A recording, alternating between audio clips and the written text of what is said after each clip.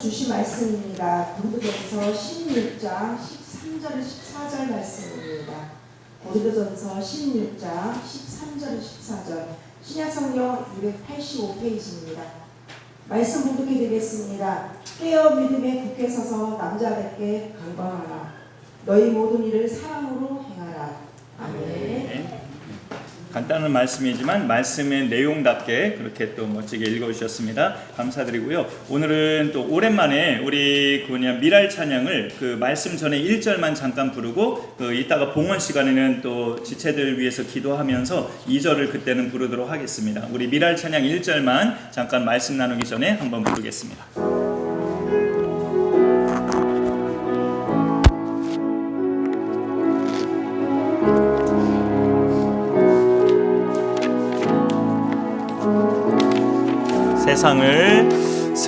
세상을 구원하기 위해 흘려야 할 피가 필요하다면 죄인을 대신하기 위해 희생의 제물 필요하시다면 내 생명 제단 위에 드리리. 주 영광 위해 사용하소서. 생명이 또 다른 생명 낳고 주님 볼 수 있다면 나의 삶과 죽음도 아낌없이 드리리. 죽어야 다시 사는 주의 말씀 믿으며 하늘의 미랄 되어 썩어지리니 예수님처럼 살아가게 하소. 생명이 또 다른 생명이 또 다른 생명 낳고 주님 볼 수 있다면 나의 삶과 죽음도 아낌없이 드리리. 죽어야 다시 사는 주의 말씀 믿으며 하늘의 미랄 되어 썩어지리니 예수님처럼 살아가게 하소서. 예수님처럼 살아가게, 예수님처럼 살아가게 하소서. 지난번 2박 3일 수련회 중에서 셋째 날 마지막 날에 교회별 찬양대회에서 우리 강선한 교회가 부른 찬양이에요. 미랄이라는 제목의 찬양이죠. 내가 미랄이 된다는 것은 이 찬양의 마지막 가사와 같아요. 예수님처럼 사는 거예요. 예수님처럼 살아가게 하셔서. 예수님은 어떻게 살아가셨는가? 한 말씀을 인용한다면 당신이 이 땅에 오신 목적은 섬김을 받으러 온 게 아니고 섬기려 왔다고 그렇게 말씀하셨어요. 그 섬김의 참 대가가 우리 예수님인데 그 예수님만큼은 아니어도 인간 세상의 많은 분들 중에 정말 참 이분들은 태생과 또 성실함이나 모든 면에서 딱 섬김의 사람들이구나라고 느껴지는 게 디아코누스 재단 가족들이에요. 늘 해마다 볼 때마다 이 연합수련회는 그 일가족이 그 재단을 만들어서 지금 계속 운영하고 있는데 매해 이렇게 악기 캠프나 수련회에 참가하는 교회들을 그렇게 섬겨요. 그 가족들이 그것도 극진하게 섬겨요. 심지어는 참석한 교회들이 간혹 이제 불만 사항이 있어서 그걸 막 말해도 그 디아코누스 재단 가족들은 인상 안 쓰고 그러세요, 죄송합니다 하고 저희가 고치겠습니다 하면서 그렇게 또 말씀하시면서 웬만한 요구사항은 다 들어줘요. 그리고 요즘 2박 3일 수련회가 사실 3만 원이 어디 있어요. 보통 2박 3일 수련회는 요즘은 10만 원 하더라고요. 학생들 캠프나 청년들 캠프 막 이렇게 몇백 명씩 가는 그런 연합 캠프 보면 다 회비가 보통 10만 원 정도 되는데 여기 재단은 그냥 3만 원 받으시면서 나머지 모든 비용은 재단 식구들이 다 담당하면서 그렇게 채우고 섬기시는 거예요. 그분들을 보면은 오늘 말씀 제목과 딱 어울려요. 모든 일을 사랑으로 하시는 분들이다. 이렇게 생각이 됩니다. 오늘 말씀 14절에 보면 너희 모든 일을 사랑으로 행하라 라고 말하고 있어요. 내가 어떤 일이든지 어떤 일을 한다면 그 일을 하는 이유는 사랑이어야 한다는 거죠. 여러분이 저는 그게 느껴지는데 우리 교회를 해서 뭔가를 하실 때가 있죠. 가끔 뭔가를 하시는 게 사랑이 느껴진다는 거죠. 내가 하나님을 사랑하고 교회 지체들을 사랑하기 때문에 그런 일을 하시는 거예요. 그러니까 모든 일을 그렇게 하라고 말하고 있습니다. 가족을 위해서 하는 일은 당연히 그렇지만 가족을 위한 일뿐만이 아니라 다른 사람을 위해서 하는 일도 어떤 특정한 일만 아니라 모든 일까지 그렇게 사랑이 목적이 되게 하라는 거예요. 왜 그래야 할까요? 왜 사랑이 항상 목적이 되어야 할까요? 사랑이 없으면 아무것도 아니기 때문에. 나에게 산을 옮길 만한 믿음이 있어도 사랑이 없으면 아무것도 아니니까. 내게 있는 모든 것으로 남을 도와주고 구제해도 사랑 없이 행하면 그건 자기 만족이에요. 나는 이렇게 훌륭한 사람이야. 자기 만족이에요. 그죠? 그리고 또 아픈 사람, 또 힘든 사람 위로하고자 이런 말 저런 말 해줘도 그 사람을 격려해주고자 사랑이 없으면 시끄러운 소리예요. 소음입니다. 우리 밖에서 가끔 이렇게 앞에 차가 안 갈 때 크락션을 빵빵 이렇게 울려대는 차가 있어요. 집에서 들을 때 그렇게 멀리서 나는 크락션 소리에도 시끄러워요. 근데 남을 격려한답시고 여러 말을 해주는데 사랑 없이 행하면 그거는 소음이라는 거죠. 그래서 모든 일을 사랑으로 행하라. 오늘 고린도전서 13장 넘어 마지막 장 16장에서 다시 그렇게 당부합니다. 그런데 모든 일을 우리가 사랑으로 행하려면 뒷받침되어야 될 게 있는 게 그 앞에 13절 믿음으로 굳게 서 있어야 한다는 것. 13절에 보니까 믿음에 굳게 서서라는 말씀이 있어요. 사실 사랑장이라고 하는 고린도전서 13장 보면 마지막 결론은 이거거든요. 믿음, 소망, 사랑. 이 세 가지는 항상 있을 것인데 그 중에 제일은 사랑이라. 사랑이 제일이라고 그렇게 결론은 내렸거든요. 사랑장에서는. 근데 그거는 하나님을 생각해 보면 당연히 그렇더라고요. 우리가 믿는 대상이 누구예요? 하나님이잖아요. 그 하나님은 성경에서 사랑이라고 말하고 있어요. 독생자를 보내신 그 행위 때문에라도 하나님은 사랑이시다. 이렇게 말을 하고 있죠. 그 하나님은 영원하시잖아요. 나신 날도 없고 죽으실 날도 없고 영원 전부터 계셨고 영원 후도 계속 계시는 그야말로 영원하신 분이에요. 그런 분이 또 사랑이에요. 그러니 사랑이 제일이죠. 당연한 결론을 우리가 내려볼 수 있어요. 사랑을 하나님과 연결시키면 세 가지 중에 제일은 사랑이죠. 그리고 우리가 또 이 땅에서 사는 동안은 하나님을 신뢰하는 믿음도 당연히 필요하고 하나님을 바라보는 소망도 당연히 필요하지만 이 땅을 떠나서 우리가 천국 가면 그 두 가지는 의미가 없어요. 하나님과 함께 살기 때문에. 거기서는 뭐만 남아요? 사랑만 남죠. 그래서 사랑이 제일이에요. 그런데 오늘 16장에서는 13절, 14절 요 두 절을 묶어서 보면 우리더러 모든 일을 사랑으로 행하라고 하는데 그러려면 그 받침이 되어야 될 것이 믿음이라는 거예요. 믿음에 굳게 서서 해야 된다고 알려줍니다. 하나님이 사랑이기 때문에 사랑이 제일이지만 우리는 불완전해요. 불완전한 인간이기 때문에 완전하신 대상을 신뢰하는 믿음이 필요해요. 그 믿음이 필요하죠. 그 대상을 신뢰하는 믿음에 굳게 서 있으라고 당부합니다. 믿음의 대상은 하나님인데 믿음의 내용은 뭘까요? 내용. 우리가 하나님을 믿는다고 하면 뭘 믿는다는 걸까요? 간단히 말씀드리면 복음이에요. 복음. 복음의 주인공은 이 땅에 사람으로 오신 하나님, 예수님이에요. 예수님이 복음의 주인공인데 성경은 예수님을 어떤 분이라고 말하냐면 예수는 그리스도다. 그렇게 말을 해요. 그리스도는 직책입니다. 제 이름이 홍성표잖아요. 이름이 홍성표고 직책은 목사예요. 그래서 홍성표 목사라고 부르죠. 예수는 이름이고 그리스도는 직책입니다. 그래서 예수 그리스도라고 부르죠. 그런데 이렇게 믿으시면 예수님을 그렇게 믿으시면 성경대로 믿으시는 거예요. 첫 번째 추가 말씀이 있는데 같이 한번 보실까요? 손이 바빠지시겠네요. 첫 번째 추가 말씀 내려보면 있습니다. 그 다음 페이지로 내려보시면 제가 한번 먼저 읽어볼까요? 같이 읽어보죠. 시작. 예수께서 그리스도이심을 믿는 자마다 하나님께로부터 난 자니.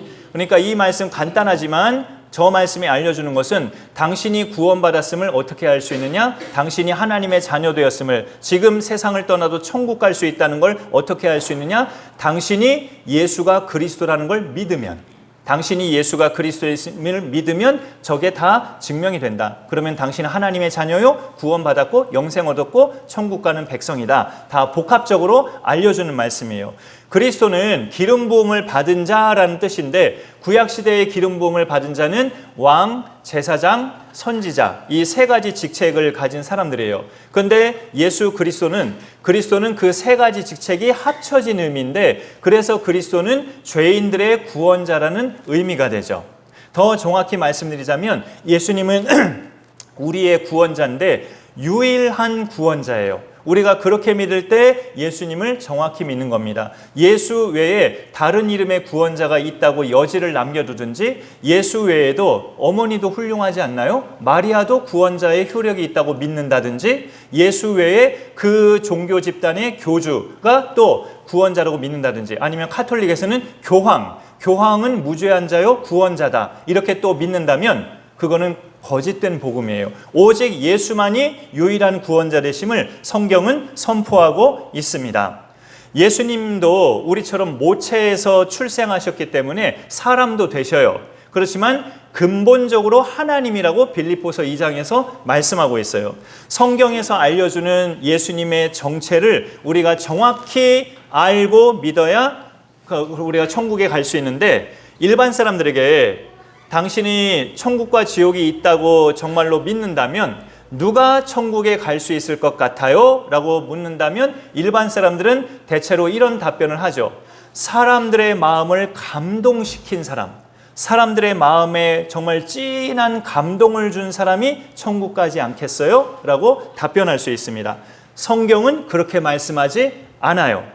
오늘 성시교독에도 그 말씀이 있었는데, 내가 곧 길이요 진리요 생명이니 나로 말미암지 않고는 아버지께로 올 자가 없느니라. 오직 예수 그 이름만으로 우리가 하나님께로 갈 수 있고 구원받을 수 있다는 명백한 선언을 성경이 하고 있습니다. 그렇게 믿을 때 올바로 믿는 거예요.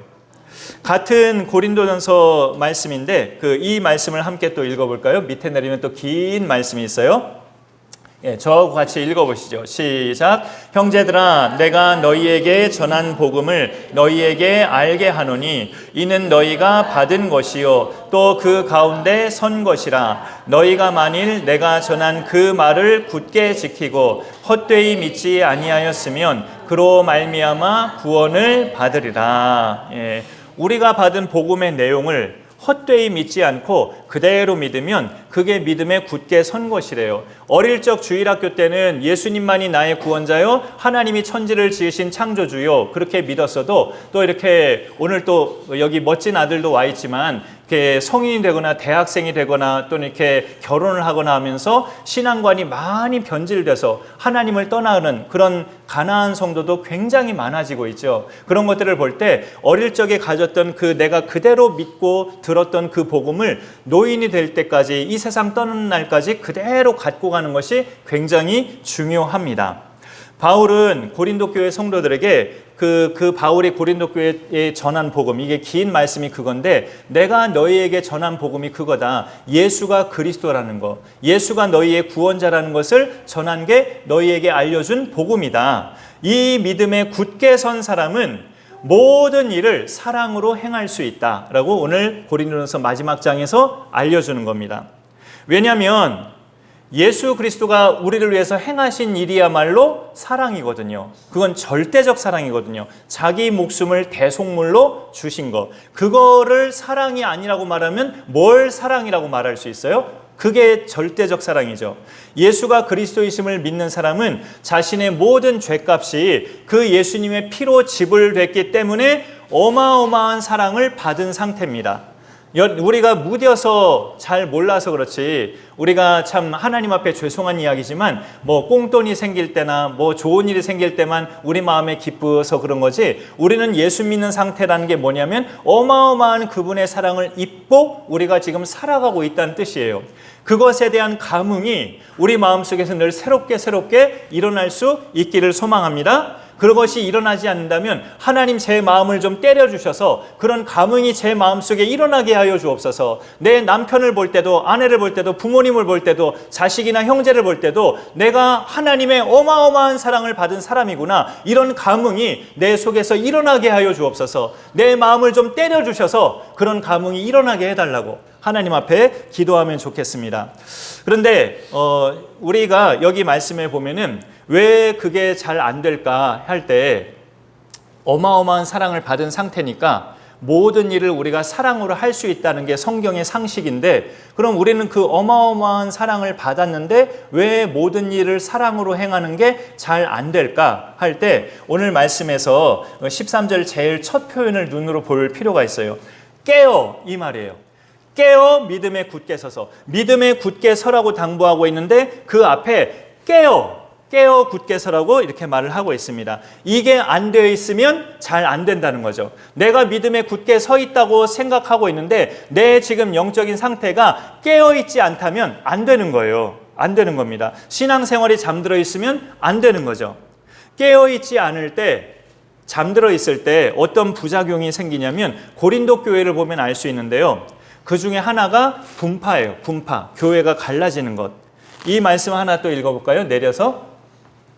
추가 말씀, 고린도서 1장 12절 같이 읽어봅니다. 시작. 너희가 각각 이르되 나는 바울에게, 나는 아볼로에게, 나는 게바에게, 나는 그리스도에게 속한 자라 한다는 것이니. 네, 이런 상태를 보면서 이렇게 한 4가지 분파가 생겨버린 고린도 교회를 보면서 바울이 통탄해하면서 던지는 말이, 그리스도께서 어찌 나뉘었느냐, 그리스도께서 나뉘었느냐 하면서 한탄을 해요. 현대 교회에서 흔히 발생하는 분파는 이거죠. 목사님파, 장로님파. 이게 현대교회에서 흔하게 생기는 분파예요. 그럴 때 해당하는 목사님과 장로님은 자기를 지지하는 성도님들은 알게 모르게 자기도 모르는 사이에 의지하게 되고, 지지하지 않는 대상에 대해서는 야속해하고 미워해요. 이거는 이미 교회가 아니에요. 그리스도의 피값으로 세워진 것이 교회인데, 그런 교회라면 어떤 이유로든 분파는 안 되는 거예요. 예수님의 죽으심을 헛되게 만드는 겁니다.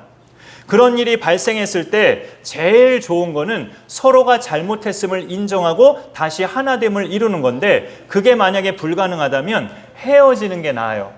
그냥 그 분파가 일어났을 때 헤어지는 게 낫습니다. 바울과 바나바가 전도 여행하다가 마가를 데려갈 것이냐 말 것이냐로 심하게 다투다가 두 사람이 헤어진 것처럼 그렇게 그냥 헤어지는 게 나아요.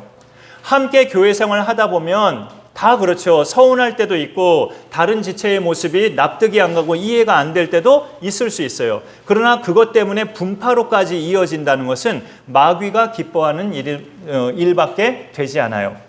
그렇게 안 되려면 우리가 믿음에 굳게 서되 깨어 굳게 서야 한다고 강조하는 거예요. 이게 무슨 말일까요? 깨어서 굳게 서야 한다는 말. 준비태세. 그 준비태세라고 한번 표현해 볼게요. 여러분이 다 이제 지난 이야기지만 학창시절 체육 시간에 100m 달리기 할 때 어떤 자세로 이렇게 포즈를 취하고 있었어요? 저처럼 이렇게 서 계셨나요? 100m 달리기 지금 총성이 울리기 직전인데 100m 달리기 총성을 들어야 되는 지금 순간에 이렇게 서 있는 사람은 아무도 없죠. 전부 다 이러고 있잖아요. 전부 다 이러고 이제 튀어나갈 준비를 하고 있잖아요. 그게 준비태세예요. 그게 깨어 있는 거예요. 깨어 믿음에 굳게 서야 우리가 모든 일을 사랑으로 행할 수 있다고 말씀하고 있습니다. 이 깨어라는 말이 예수님이 우리가 예수님과 연결해서 볼 때 이 땅에 예수님이 다시 오시잖아요. 분명히 재림하신다고 성경이 약속했어요. 언제 내가 예수님을 만나든지 내가 당황하지 않고 벌써 오셨어요? 이렇게 당황하지 않고 두려움 없이 예수님을 맞이할 수 있는 상태, 그게 깨어 있는 겁니다. 우리가 그런 상태라면 깨어있는 상태예요. 예수님의 그 직접적인 말씀 중에 깨어있으라 라는 명령을 하신 말씀은 마태복음 25장의 열처녀 비유에서 그 말씀을 하셨어요.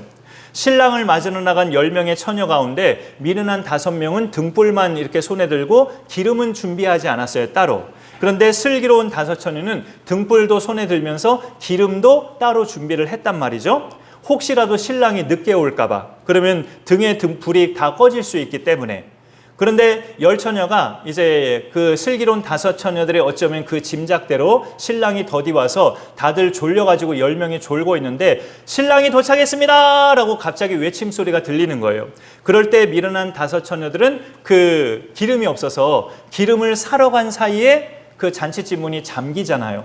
앞만 두드리고 열어주소서 해도 안에서 들리는 소리는 뭐예요? 나는 너희를 알지 못한다. 슬기로운 5처녀는 기름이 준비되어 있기 때문에 그 꺼져가는 등불에 다시 기름을 붙여서 그 불을 밝혔죠. 그런 점을 우리가 볼 때 그 비유의 결론이 그런즉 깨어 있으라 너희는 그날과 그때를 알지 못하느니라 말씀하셨어요. 언제나 불이 꺼지지 않게 하라는 말씀이에요. 깨어 있는 삶의 핵심은 오늘 본문에서 13절에 나오는 믿음인데요. 이 믿음에 굳게 서서 남자답게 강건하라 이렇게 말을 해요. 여자보다 남자가 신앙생활 잘한다는 뜻이 아니고 비유예요. 비유. 믿음에 굳게 서서 강건한 상태가 돼야 한다는 말이죠. 우리 교회 저 유리문에도 신천지 출입금지라는 포스터가 2020년부터 계속 붙여져 있는데요. 주변에서 우리가 흔히 볼 수 있는 그런 이단을 우리가 길 가다가 혹시라도 상대하게 됐을 때 그들 앞에서 내 믿음이 쫄리거나 내 믿음이 흔들리지 말아야 된다는 거죠. 그들이 무슨 말을 해도 지금은 성령 시대인데 그런 게 아니에요 하면서 막 그들이 내 앞에서 열변을 토해도 내 믿음에 흔들리지 말아야 된다는 거예요. 내가 믿는 예수님에 대해 100% 확신하면서 상대가 무슨 말을 하든지 흔들리지 말아야 돼요. 이 고린도 교회 안에는 분파 문제만 있었던 게 아니고 아버지의 여자를 간음한 그런 것까지도 막 언급이 돼 있고요. 그 다음에 특별히 은사와 관련해서 은사는 이제 일반적인 말로 재능이죠. 성령께서 주시는 선물이 은사인데 특별히 방언이나 예언 이런 특별한 은사를 막 무질서하게 사용하는 그런 지체들을 보면서 질서 있게 사용하라고 하나님은 질서의 하나님이니 무질서하게 사용하지 말라는 당부도 하고 있어요. 제가 목사인데 저에게는 병 고치는 은사가 따로 없어요. 하지만 그게 어떨 때는 이런 생각이 들어요. 그게 별도의 은사가 꼭 그렇게 있어야 되는가? 예수의 이름으로 믿고 기도하면 하나님이 고쳐주시는 때도 있는 거지. 그런 은사가 별도로 필요한가? 이런 반론을 좀 가진 적도 있는데 어쨌든 저에게는 그래서 그런지 병 고치는 은사가 따로 있지는 않아요. 근데 만약에 우리 중에 어떤 한 집사님이나 우리 지체 중에 누가 병 고치는 은사가 있어서 우리 강선한 교회가 그렇게 소문이 나서 아픈 사람마다 우리 교회를 오는 거죠. 그리고 그 아픈 사람마다 우리 교회를 와서 목사인 저를 만나러 오는 게 아니라 그 병 고치는 은사를 가진 그 집사님한테 다들 줄 서가지고 그분 앞에서 말씀을 듣고 그렇게 한다면 그게 교회의 질서가 깨진다는 거죠. 물론 그렇다고 해서 그분에게 하지 마십시오 라고 목사가 막는 건 또 시기 질투죠. 막는 것은 그렇게 바람직하진 않지만 그렇다고 해서 그것을 사용하는 데 있어서는 하나님께 기도하면서 결정하도록 그렇게 인도해 주는 것이 필요합니다. 내가 이 은사를 행하는 것이 교회의 유익인가 무질서하게 만드는 것인가 이거를 생각해 보라는 거죠. 이거를 행함이 나를 겸손하게 하는가 교만하게 하는가 생각해보고 하라고 지도를 해주는 게 필요하죠. 늘 말씀 앞에서 나 자신을 들여다보면서 행한다면 하나님께서 세우신 질서 안에서 얼마든지 행할 수도 있어요. 교회 안에서 누군가가 굉장히 신령한 은사를 가졌다든지 아니면 이건 좀 다른 말인데 누군가가 굉장히 재물이 많다든지 할 때 목회자를 비롯한 모든 지체들은 믿음에 굳게 서서 남자답게 강건해야 돼요. 이 교회의 머리는 예수 그리스도지 그러니 교회의 부흥은 특별한 은사자나 재벌이 있다고 해서 되는 것이 아니라 예수 그리스도를 그 교회가 자랑할 때 예수 그리스도만을 그 교회가 드러낼 때 부흥은 이루어진다. 이런 믿음으로 우리가 단단해져야 합니다. 거기에 중요한 거 하나를 더 얻는다면 이미 처음에 말씀드렸던 너희 모든 일을 사랑으로 행하라 이거죠. 이 말씀 마지막 추가 말씀 하나 더 있는데 하나만 더 읽어볼게요.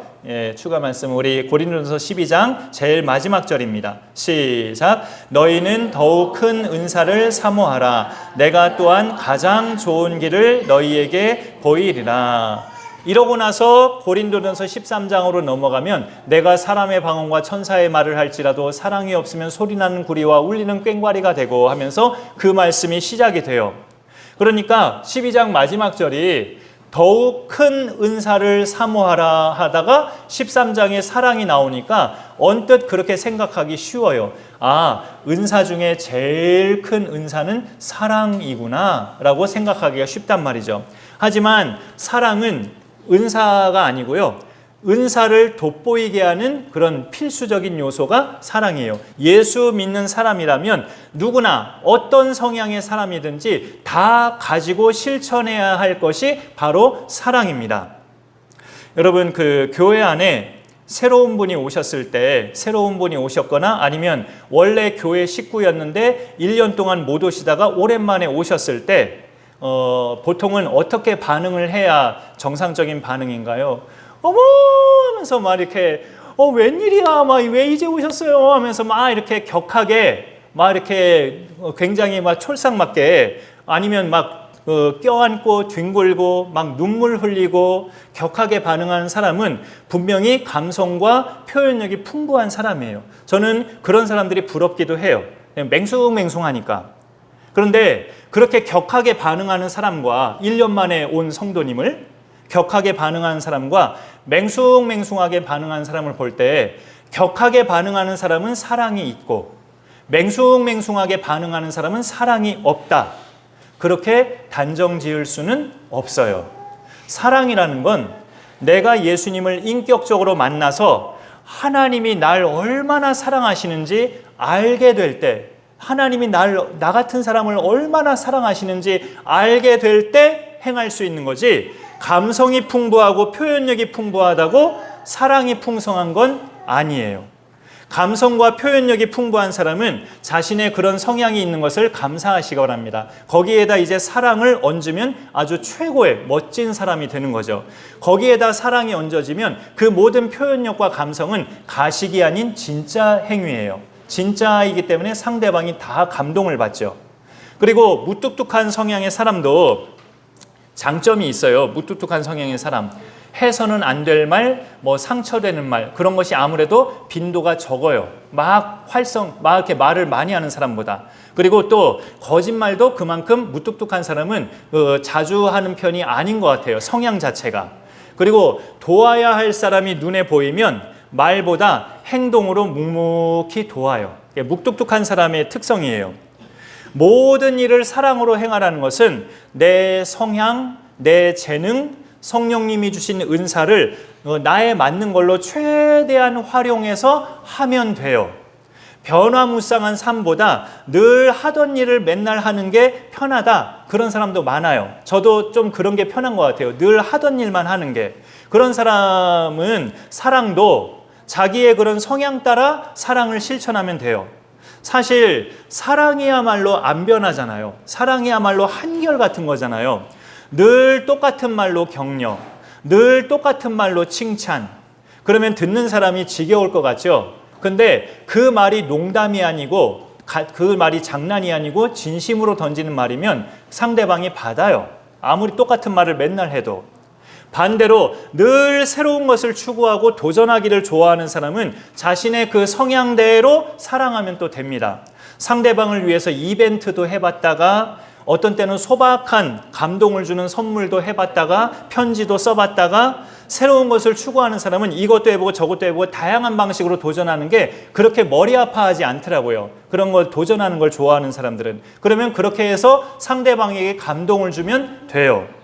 중요한 것은 성향이 아니고요, 이런 성향이든 저런 성향이든 이런 은사든 저런 은사든 사랑이 있어야지, 사랑이 없으면 아무것도 아니라는 거죠. 모든 일을 사랑으로 해야 한다는 그 의미는 하나님께 영광이 돼야 한다는 거죠. 결국은 모든 일을 사랑으로 행해야 그 일들이 하나님께 영광이 된다는 거예요. 왜? 하나님이 사랑이시니까. 우리가 모든 일을 사랑으로 행하면 예수 믿는 나에게 어떤 유익함이 있냐면 나한테 붙는 사람들이 많아져요. 나한테 사람들이 붙어요. 내가 모든 일을 사랑으로 행하면 사람들이 나에게 붙어요. 근데 내가 누구예요? 예수 믿는 사람이잖아요. 예수 믿는 사람에게 사람들이 붙으면 그 사람들도 어떻게 됩니까? 예, 제 말씀 듣고 있죠? 다들 표정이 모르겠어요. 예수 믿는 사람에게 사람이 붙으면 그 붙은 사람도 어떻게 돼요? 예수 믿는 사람이 되죠. 시간이 걸리더라도. 우리에게 그거는 큰 복이에요. 그런 복이 여러분 모두에게 또 임해서 결국 나에게 붙는 모든 사람까지 예수님께로 인도받는 축복의 통로로 멋지게 쓰임받으시길 간절히 축원합니다. 우리 아까 부른 미랄 찬양 2절 같이 부르면서 봉헌을 함께 하도록 하겠습니다. 2절로 부르겠습니다.